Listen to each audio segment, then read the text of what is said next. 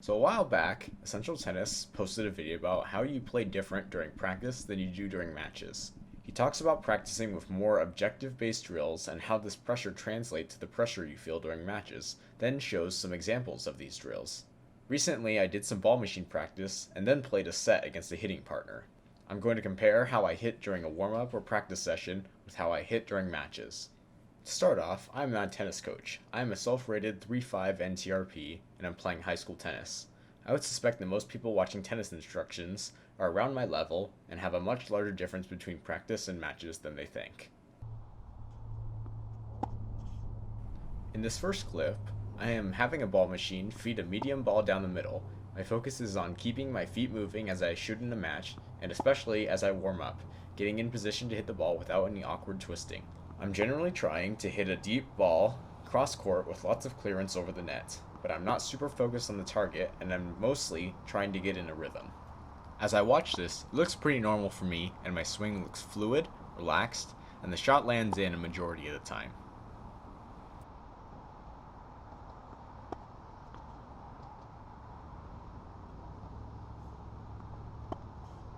Now let's watch the second point from the match. I hit a second serve out to my opponent's backhand and he returns down the middle and recovers on a shuffle without a split step.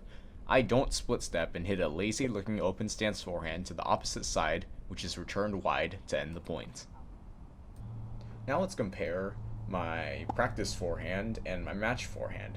I have it set so that the contact point is at the exact same frame.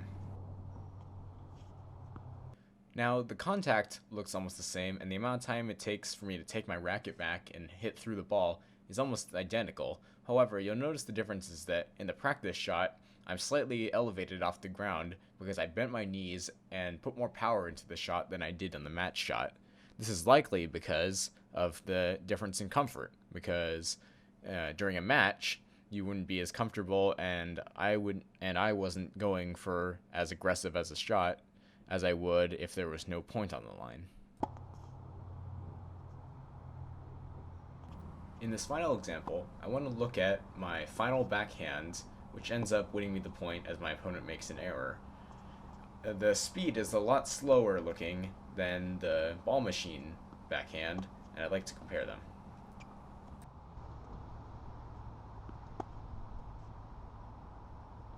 In this clip, you see me as I bring back my arms for the backhand, and it pauses right here. You can see in the actual shot, the backhand is way farther back. They make contact at the same point, and then you see that they finish at almost the same point. And so that shows me that even though I brought the racket back faster, I slowed down when I was actually hitting the ball compared to the ball machine, which means that I wasn't being as aggressive during the actual rally compared to the ball machine, which is what we would expect. So these are just some examples of how you probably play different when you're training versus when you're actually playing in matches.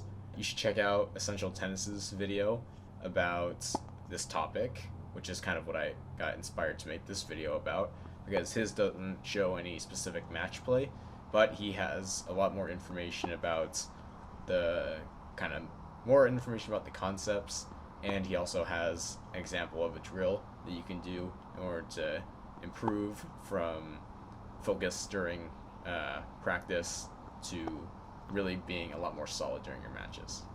Thank you for watching Rainier Tennis Reviews, and I'll see you next time.